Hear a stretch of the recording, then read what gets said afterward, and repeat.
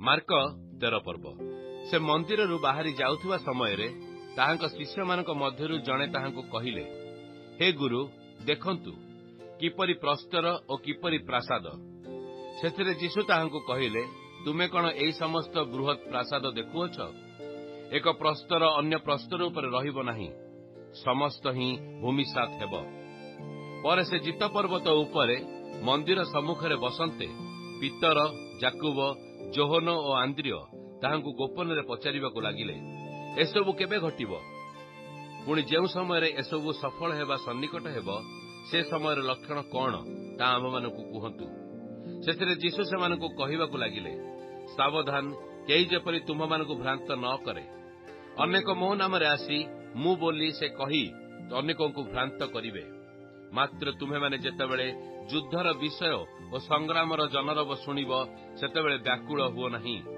ଏହି ସମସ୍ତ ଅବଶ୍ୟ ଘଟିବ, କିନ୍ତୁ କେହି କାଳ ସୁଦ୍ଧା ଯୁଗାନ୍ତ ନୁହେଁ।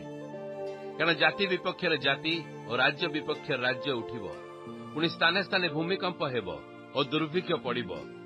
ଏହି ସମସ୍ତ ପ୍ରସବ ବେଦନାର ଆରମ୍ଭ ମାତ୍ର। କିନ୍ତୁ ତୁମେମାନେ ଆପଣା ଆପଣା ବିଷୟରେ ସାବଧାନ ହୋଇଥାଅ। ଲୋକେ ତୁମମାନଙ୍କ ବିଚାର ସଭାରେ ଓ ସମର୍ପଣ କରିବେ, ଆଉ ତୁମେମାନେ ସମାଜ ଗୃହ ଗୁଡ଼ିକରେ ପ୍ରହାରିତ ହେବ। ଏବଂ ମୋ ସକାଶେ ଶାସନକର୍ତ୍ତା ଓ ରାଜାମାନଙ୍କ ଛାମୁରେ ସେମାନଙ୍କ ପ୍ରତି ସାକ୍ଷ୍ୟ ଦେବା ନିମନ୍ତେ ଠିଆ କରାଯିବ। ପୁଣି ସମସ୍ତ ଜାତି ନିକଟରେ ସୁସମାଚାର ପ୍ରଥମରେ ଅବଶ୍ୟ ଘୋଷଣା କରାଯିବ। ଏଣୁ ଯେତେବେଳେ ଲୋକେ ତୁମମାନଙ୍କୁ ଘେନିଯାଇ ସମର୍ପଣ କରିବେ, ସେତେବେଳେ ତୁମେମାନେ କଣ କହିବ, ସେ ବିଷୟରେ ପୂର୍ବରୁ ଚିନ୍ତିତ ହୁଅ ନାହିଁ। କିନ୍ତୁ ସେହି ଦଣ୍ଡରେ ତୁମମାନଙ୍କୁ ଯାହା ଦିଆଯିବ ତାହା କୁହ। କାରଣ ତୁମେମାନେ ବକ୍ତା ନୁହଁ, ମାତ୍ର ପବିତ୍ରାତ୍ମା ବକ୍ତା ଅଟନ୍ତି। ଭ୍ରାତା ଭ୍ରାତାକୁ ଓ ପିତା ପୁତ୍ରକୁ ମୃତ୍ୟୁଭୋଗ କରିବା ନିମନ୍ତେ ସମର୍ପଣ କରିବେ। ପୁଣି ସନ୍ତାନମାନେ ପିତାମାତାଙ୍କ ବିରୁଦ୍ଧରେ ଉଠି ସେମାନଙ୍କୁ ବଦ୍ଧ କରିବେ। ଆଉ ମୋହର ନାମ ସକାଶେ ତୁମେମାନେ ସମସ୍ତଙ୍କ ଦ୍ୱାରା ଘୃଣିତ ହେବ। ମାତ୍ର ଯେ ଶେଷ ପର୍ଯ୍ୟନ୍ତ ଧୈର୍ଯ୍ୟ ଧରି ରହିବ, ସେ ପରିତ୍ରାଣ ପାଇବ।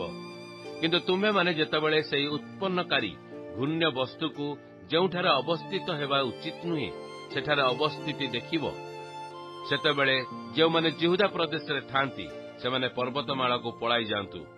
ଯେ ଛାତ ଉପରେ ଥାଏ, ସେ ଆପଣା ଘରୁ କୌଣସି ପଦାର୍ଥ ଘେନିଯିବା ପାଇଁ ଓହ୍ଲାଇ ନ ଆସୁ ବା ଭିତରକୁ ନ ଯାଉ। ପୁଣି ଯେ କ୍ଷେତରେ ଥାଏ, ସେ ଆପଣା ଚାଦର ଘେନିଯିବା ପାଇଁ ଲେଉଟି ନ ଯାଉ। ସେହି ସମୟରେ ଯେଉଁମାନେ ଗର୍ଭବତୀ ଓ ସ୍ତନ୍ୟଦାୟୀ, ହାୟ, ସେମାନେ କ୍ଲେଶର ପାତ୍ର। କିନ୍ତୁ ଏହା ଯେପରି ଶୀତ କାଳରେ ନ ଘଟେ, ଏଥିପାଇଁ ପ୍ରାର୍ଥନା କର। କାରଣ ସେହି କାଳରେ ଏପରି କ୍ଲେଶ ଘଟିବ ଯେ ଈଶ୍ୱରଙ୍କ କୃତ ସୃଷ୍ଟି ଆରମ୍ଭରୁ ଆଜି ପର୍ଯ୍ୟନ୍ତ ସେପରି ଘଟି ନାହିଁ, ପୁଣି କେବେ ହେଁ ଘଟିବ ନାହିଁ। ଆଉ ପ୍ରଭୁ ସେହି ସମୟ ଯେବେ ଊଣା କରି ନ ଥାନ୍ତେ, ତେବେ କୌଣସି ମର୍ତ୍ତ୍ୟ ପରିତ୍ରାଣ ପାଆନ୍ତା ନାହିଁ। ମାତ୍ର ସେ ଯେଉଁମାନଙ୍କୁ ମନୋନୀତ କରିଅଛନ୍ତି, ସେହି ମନୋନୀତ ଲୋକଙ୍କ ନିମନ୍ତେ ଉକ୍ତ ସମୟ ଊଣା କରିଅଛନ୍ତି।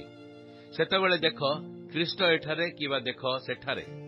କେହି ଯେବେ ତୁମମାନଙ୍କୁ ଏପରି କହିବ, ତେବେ ତା ବିଶ୍ୱାସ କର ନାହିଁ।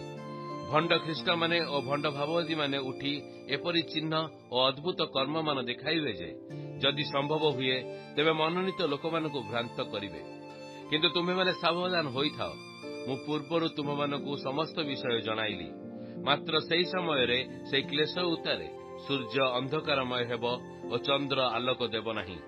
ପୁଣି ନକ୍ଷତ୍ରମାଳା ଆକାଶରୁ ସ୍ଫଳିତ ହେବାକୁ ଲାଗିବେ ଓ ଆକାଶମଣ୍ଡଳସ୍ଥ ଶକ୍ତି ସମୂହ ବିଚଳିତ ହେବେ। ସେତେବେଳେ ଲୋକେ ମନୁଷ୍ୟପୁତ୍ରଙ୍କୁ ମହାକ୍ରମ ଓ ମହାମହିମା ସହ ମେଘମାଳାରେ ଆଗମନ କରିବା ଦେଖିବେ। ସେ ସମୟରେ ସେ ଦୂତମାନଙ୍କୁ ପ୍ରେରଣ କରି ପୃଥିବୀର ଶେଷ ସୀମାରୁ ଆକାଶର ଶେଷ ସୀମା ପର୍ଯ୍ୟନ୍ତ ଚତୁର୍ଦିଗରୁ ଆପଣା ମନୋନୀତ ଲୋକମାନଙ୍କୁ ଏକତ୍ର କରିବେ। ଡିମ୍ବିରି ବୃକ୍ଷରୁ ଦୃଷ୍ଟାନ୍ତ ଶିକ୍ଷା କର। ଯେତେବେଳେ ତାହାର ଶାଖା ସରସ ହୋଇ ପଲ୍ଲବିତ ହୁଏ, ସେତେବେଳେ ଗ୍ରୀଷ୍ମକାଳ ସନ୍ନିକଟ ବୋଲି ତୁମେମାନେ ଜାଣିଥାଅ।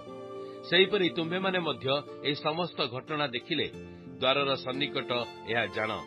ମୁଁ ତୁମ୍ଭମାନଙ୍କୁ ସତ୍ୟ କହୁଅଛି, ଏ ସମସ୍ତ ନ ଘଟିବା ପର୍ଯ୍ୟନ୍ତ ଏହି ବର୍ତ୍ତମାନ ପୁରୁଷ କୌଣସି ପ୍ରକାର ଲୋପ ପାଇବ ନାହିଁ। ଆକାଶ ଓ ପୃଥିବୀ ଲୋପ ପାଇବ, ମାତ୍ର ମୋହର ବାକ୍ୟ ସମୂହ ଲୋପ ପାଇବ ନାହିଁ। କିନ୍ତୁ ସେହି ଦିନ କି ଦଣ୍ଡ ବିଷୟ କେହି ଜାଣନ୍ତି ନାହିଁ, ସ୍ୱର୍ଗସ୍ଥ ଦୂତମାନେ କିମ୍ବା ପୁତ୍ର ସୁଦ୍ଧା ଜାଣନ୍ତି ନାହିଁ, କେବଳ ପିତା ହିଁ ଜାଣନ୍ତି।